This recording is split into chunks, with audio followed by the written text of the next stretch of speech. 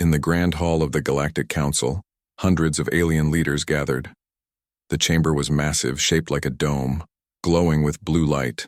Large screens floated in the air, showing images from Earth, videos collected by probes and hidden satellites. The images showed humans telling stories, acting in movies, drawing pictures of warriors, dragons, gods, and ancient battles. One tall alien with red skin pointed at the screen and laughed.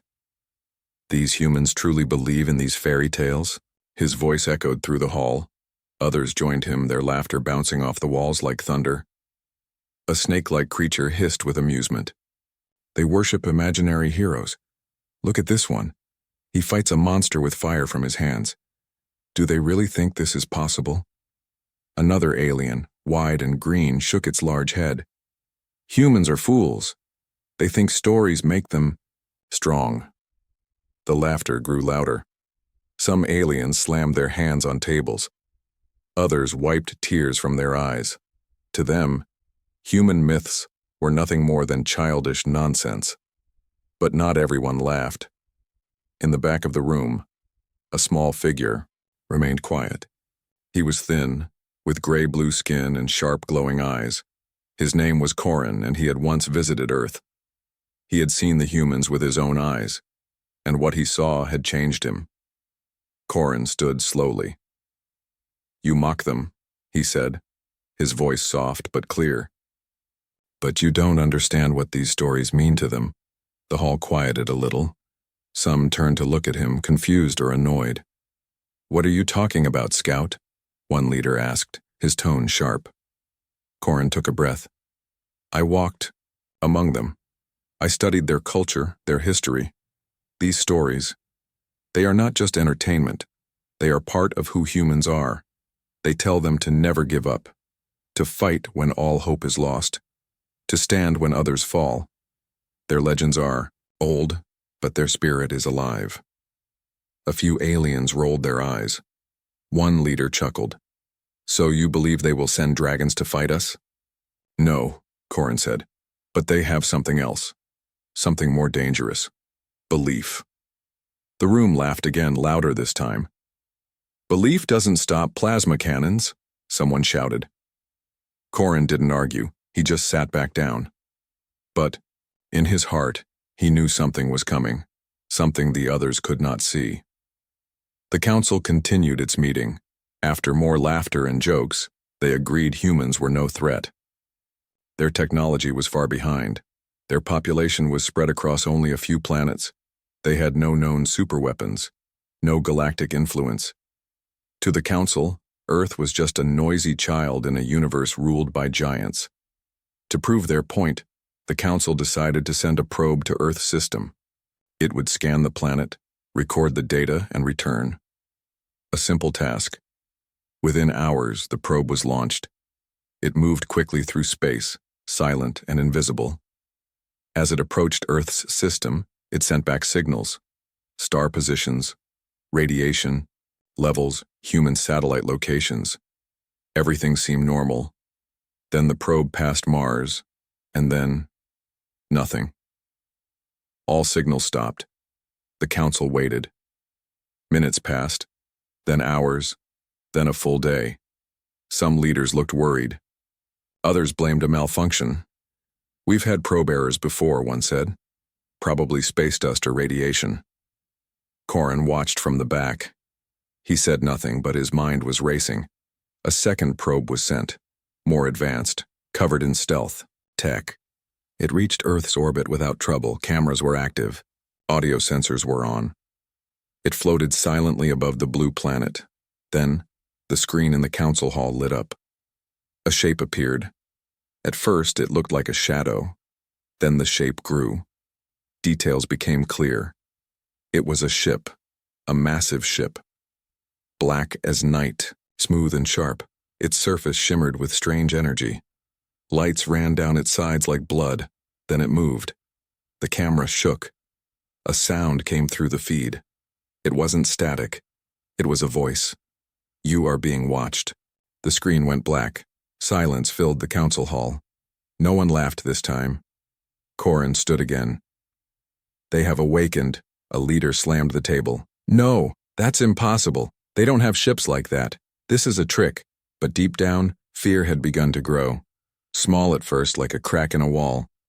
But cracks always spread. Meetings were held in private. Military ships were moved near human space. Spy satellites were launched again. But none returned. Every attempt to enter the area around Earth was blocked. Not with weapons, but with presence.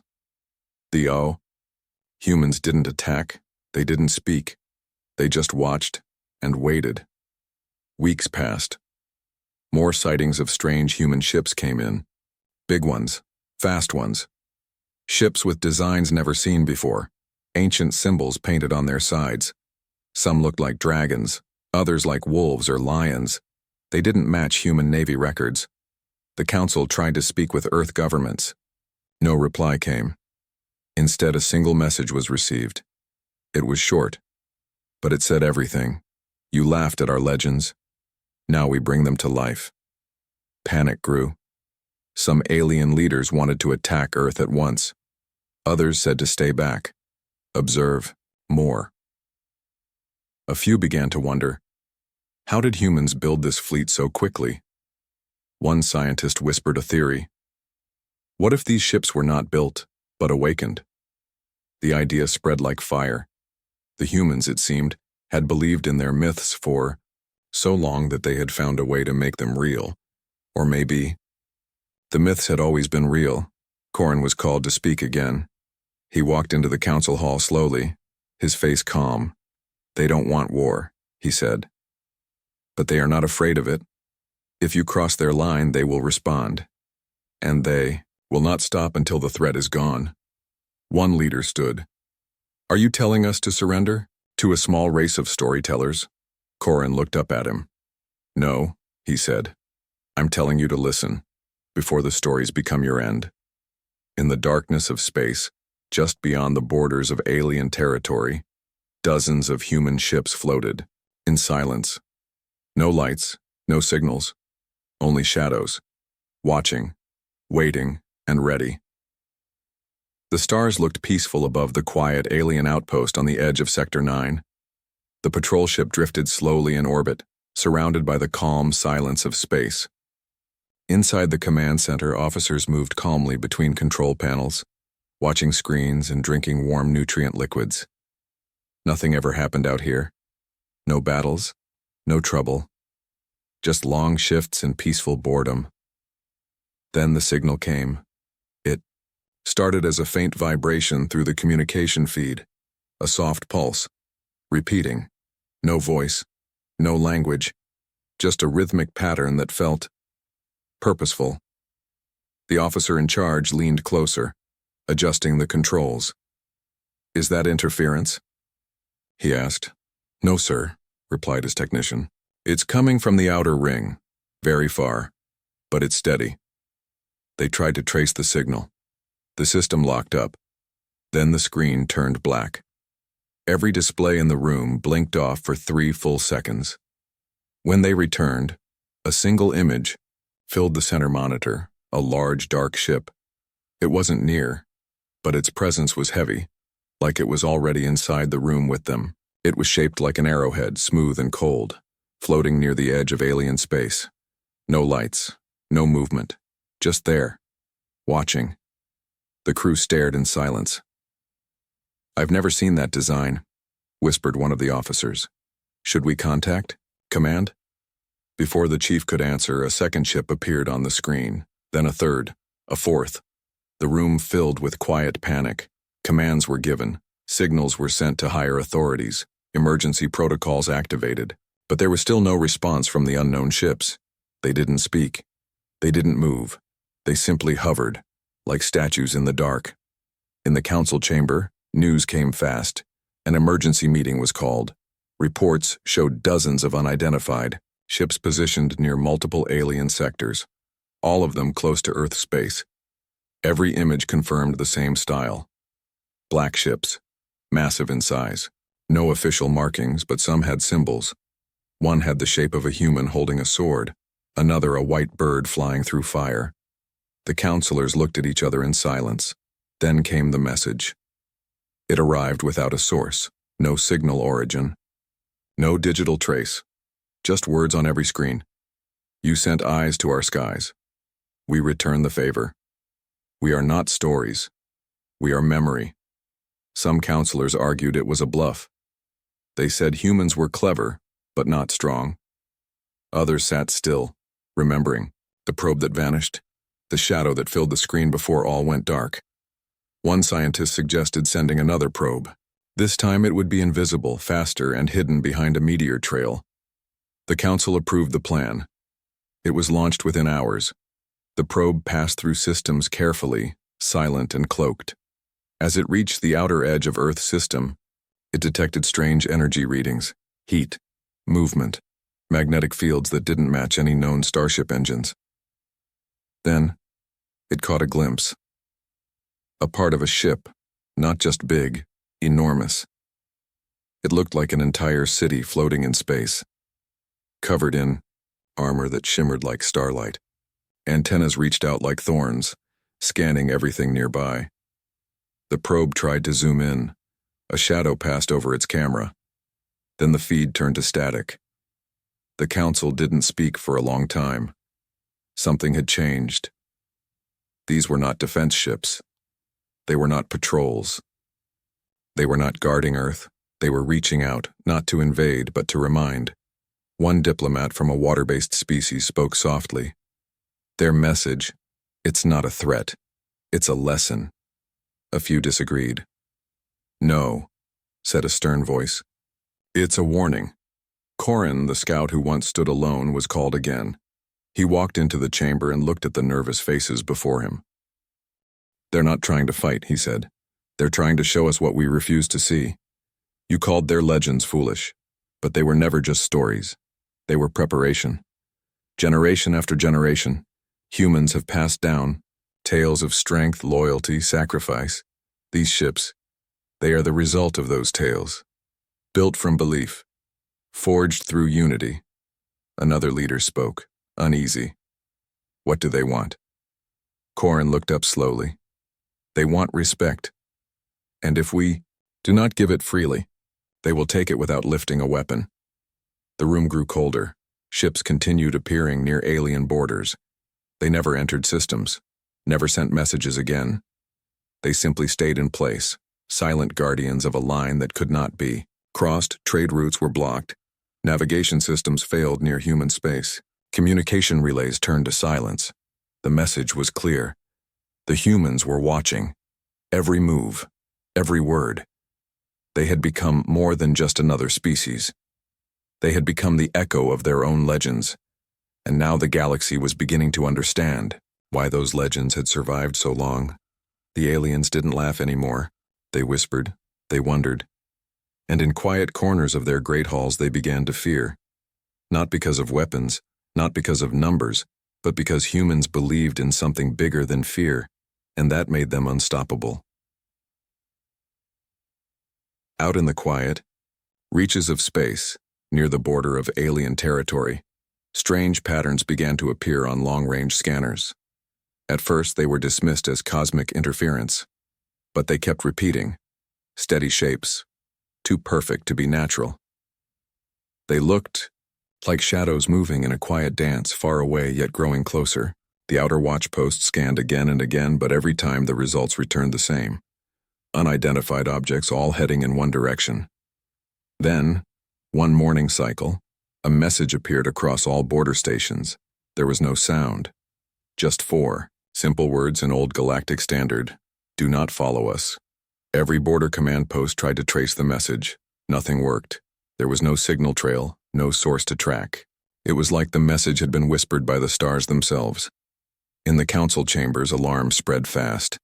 The leaders gathered once again, and this time there was no laughter, only serious voices and uneasy looks. Large screens filled the walls with images from their scout drones.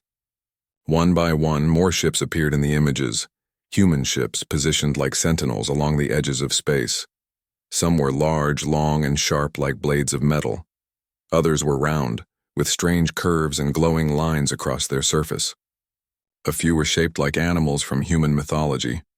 One looked like a lion with wings, another like a coiled serpent of steel. Each ship was marked with ancient symbols that no translator could decode, but somehow they still gave a clear message. These ships were not for exploration. They were for protection, council members argued. They haven't crossed into our space, one said. We haven't crossed into theirs. Maybe this is just a silent protest. But others weren't so sure. In a nearby system, a cargo vessel attempted to pass close to the human formation. It wasn't aggressive. It just followed, its usual trade path, unaware of the new line drawn in the stars. As the ship drifted closer, the lights in its command deck flickered. All systems froze. For 3 long minutes, the crew sat in silence, surrounded by frozen screens, dead controls, and quiet alarms. Then the systems returned. On every screen inside the cargo ship, a single message glowed in red. This is the boundary. Turn away. The ship did. So did others. No one tried to test the line again. Inside the alien territories, whispers spread faster than the official reports. Civilians began talking in quiet corners. Scholars published warnings. Pilots shared strange sightings, ships vanishing, navigation systems looping back unexpectedly, messages appearing on private comms. All signs pointed to one conclusion: the humans had drawn a line, and they were watching it with eyes that didn't blink. Back in the council, the debate continued. Some leaders wanted to respond with pressure, send ships near the line, observe, learn more. Others urged peace, saying no move should be made without understanding what Earth had become. Corin, the scout who had once stood alone, now found more allies. They are not the same as before, he said quietly. When I walked on Earth, I saw a people full of stories. Now I see a people who have turned those stories into direction. One council leader leaned forward. But what are they preparing for? They haven't asked for anything. They haven't threatened us. They haven't claimed territory. They don't need to, Corin replied. They're not here to take. They're here to remind. To remind us of what? Corin looked up. That we called them weak. That we mocked what gave them strength. That we believed stories were just words. In distant regions, more ships were reported, not moving, just standing still as if waiting for something. One report described a ship drifting near a nebula surrounded by a soft field of light. When scanned, it returned no mass readings, no material data. Yet it was clearly there, casting a shadow against the stars. Engineers reviewed the scans again and again. Their conclusion shocked even the council. The human ships were made from unknown composites, materials beyond modern technology. Some parts seemed to shift shape slightly, reacting to energy fields. They were built not just for travel, but for something far more advanced. That evening, a new message appeared. This time, it showed no words, only an image. The image showed Earth, bright and blue. Behind it stood 5 human ships. Above each ship floated a glowing symbol. Below them were pictures of human warriors, knights, samurai, shield maidens, soldiers in armor. Not real photographs, but drawn, as if part of a living tale. The message ended with a single line. We are not your past. We are your reminder. In the alien homeworlds, many now believed the same thing. These weren't just defense fleets. They were symbols. They stood where stories became real, where memory became matter, where myth became presence. And all the galaxy could do now was watch, because the humans weren't saying they would strike. They didn't need to. They had already arrived, and their silence said more than any weapon ever could. Far beyond the well-known star systems, deep in the dark stretch of space where light barely touched, a small alien research station hummed quietly. It was the kind of place forgotten by most, a cluster of metal domes and satellites orbiting a lonely planet, far from the excitement of the Galactic Council and its endless debates. Inside the main dome, a scientist named Valar was focused on his screens. His species was known for patience and careful study, and Valar was no exception. For months he had been watching the strange human ships. Unlike most, Valar wasn't afraid. Instead, he was curious. The ships were unlike anything his people had ever seen.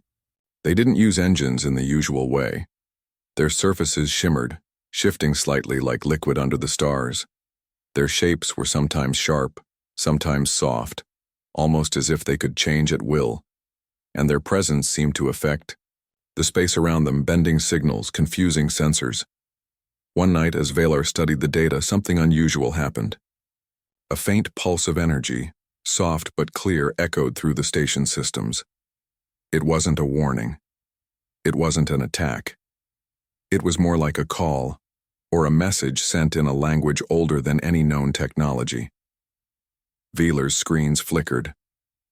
Patterns formed, waves of light that pulsed in rhythm with his heartbeat. The message was complex but beautiful, like a story told without words. It spoke of time, of memory, of courage. It told of a species who believed in their legends so deeply that those legends became real. Valar sat back, breath caught in his throat.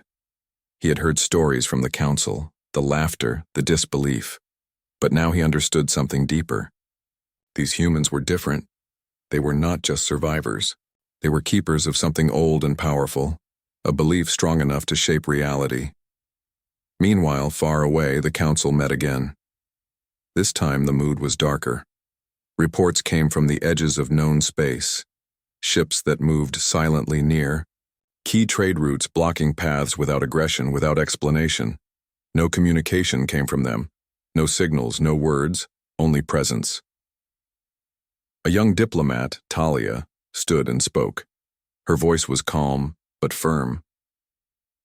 We cannot ignore what we do not understand. These ships are not threats in the usual sense, but their silence is loud. They are telling us something important. We must listen. Some counselors frowned. Listen to what? To silence? To shadows? Talia looked around. Yes. Sometimes silence speaks louder than words. Corin, the scout who had long warned, the council nodded quietly from his seat. They are watching us, testing us. They want to see if we respect their space, their legends. A leader asked sharply, what happens if we don't? Corin's eyes were steady. Then the stories become more than stories. Then the past walks out of shadows and stands before us. Outside the council chambers, the galaxy watched nervously. Traders rerouted flights. Explorers avoided certain paths. Scientists struggled to decode the symbols on the ships, but every attempt failed. The symbols were alive, shifting as if they carried a message that changed depending on who looked at them. In one remote sector, a deep space probe suddenly recorded a strange event. A human ship, unlike any other, opened a vast, glowing field around itself. The field rippled like a wave, spreading out to touch nearby asteroids. When the wave passed, the asteroids glowed softly as if awakened. The probe's cameras captured images of shadows moving across the rocks, shapes that seemed alive, dancing briefly before fading. Scientists called it the awakening. The news spread quickly. What had once seemed like myths, stories told by fires on Earth, were now becoming reality across space. The council's fears grew. Then, in a surprise move, the humans sent a message. Not to the council, not to the galaxy at large, but to one individual, Corin. The message was simple. Walk. Among us, learn, understand. Corin was stunned. He read the message again and again. A chance to see the humans, not through reports or stories or ships, but in person. His decision was quick. He accepted. And soon he would find out that the legends he had once dismissed as simple tales were more than he ever imagined. Because on Earth, stories were not just words. They were promises. They were power. They were the future. The shuttle slipped quietly through the layers of Earth's atmosphere, its sleek hull glowing faintly against the blue sky. Corin watched through the viewport, mesmerized by the swirling clouds below and the endless oceans stretching beyond the horizon. After months of traveling the stars, finally, he was here.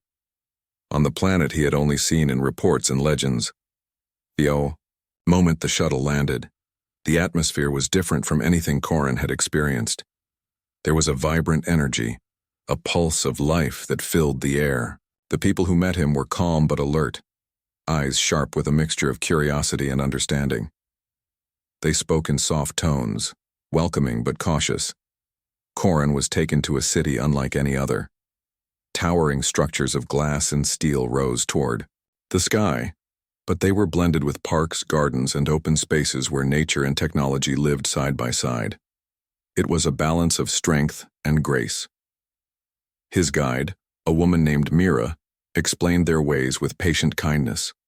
"Our stories," she said, "are not just tales for children. They are the foundation of who we are. They teach us courage, honor, and the strength of community. These stories have guided us through the darkest times." Corrin nodded, remembering the warnings from his council. "Your ships, they are more than machines. They carry your history, your belief." Mira smiled. "Yes, they are built to protect that history and to remind others that we are ready to defend what matters without anger, without hate." As Corrin spent days exploring, he learned about the rituals and customs that bound humans together. He saw the careful training of crews who operated the massive warships, not as conquerors but as guardians. They spoke of peace but prepared for anything. One evening, Mira took Corrin to a hall filled with ancient relics, objects from centuries past, swords, shields, armor, alongside holograms that told stories of heroes long gone.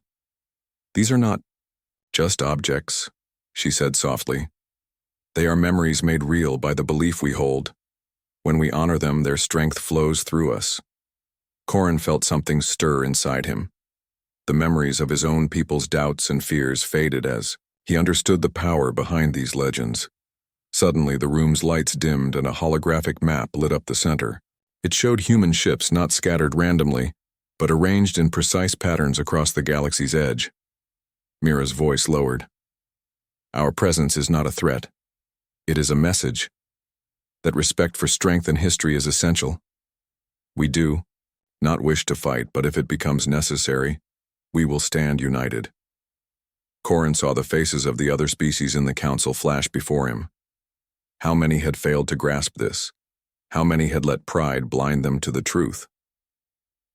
The next day, Corrin joined a crew preparing to test one of the new ships. It was larger than any scout vessel, designed for long journeys and quick response.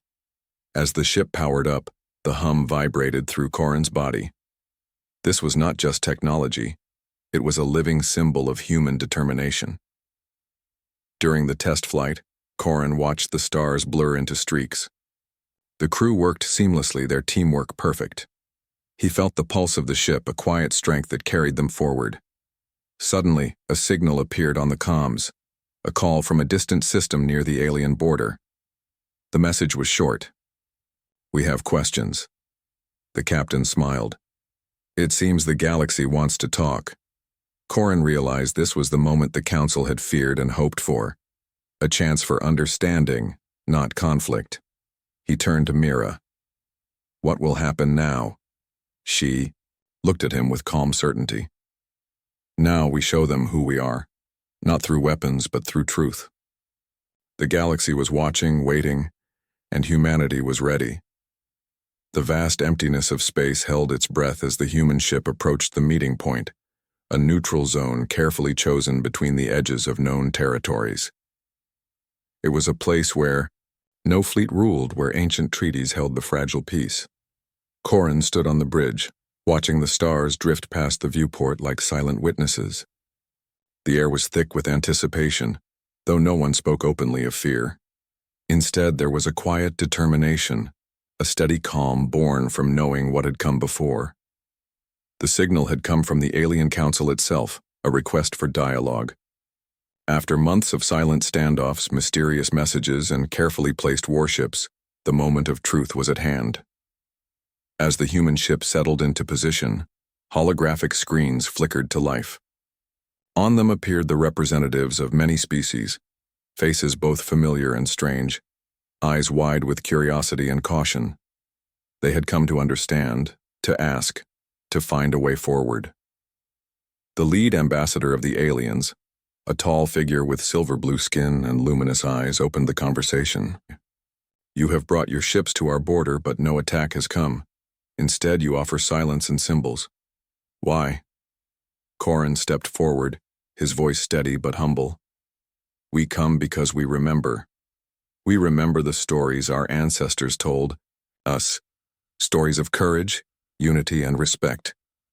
Our ships are not weapons of war, but reminders of those values. A murmur spread through the assembly. Some skeptical, others thoughtful. The ambassador nodded slowly. Your legends are strong, but strength without peace is danger. How can we trust that your presence is not a threat? Mira, standing beside Corrin, answered clearly. Trust is earned through actions, not words. We stand here willing to listen, to learn, and to share our history with you. Over the following cycles, dialogue opened in new ways. Shared stories flowed between cultures, revealing common fears, hopes, and dreams. Ancient myths were compared and understood. What had seemed distant and strange was now seen as threads of the same great tapestry. In quiet moments, Corrin thought about the journey, from the laughter of the council mocking human myths to this fragile new hope. He realized the power of belief not just for humans but for all who dared to dream beyond the stars. Suddenly a message came through, urgent but calm. A nearby star system reported unusual activity. A group of smaller ships had moved unexpectedly near a trade route. No weapons fired, no alarms raised, but the presence was noted. The ambassadors exchanged glances. A test, said the silver blue leader. Perhaps a reminder that vigilance remains necessary. Corrin smiled gently. Yes, but also a sign that our stories are not just memories. They are living promises. Promises that we protect what we believe in, not with anger, but with honor. The talks continued, weaving a new chapter in the galaxy's history, one where legends lived alongside reality, where respect grew stronger than fear, and where silence carried a message louder than any battle cry. And as the stars watched quietly, the galaxy began to change, not through conflict but through understanding.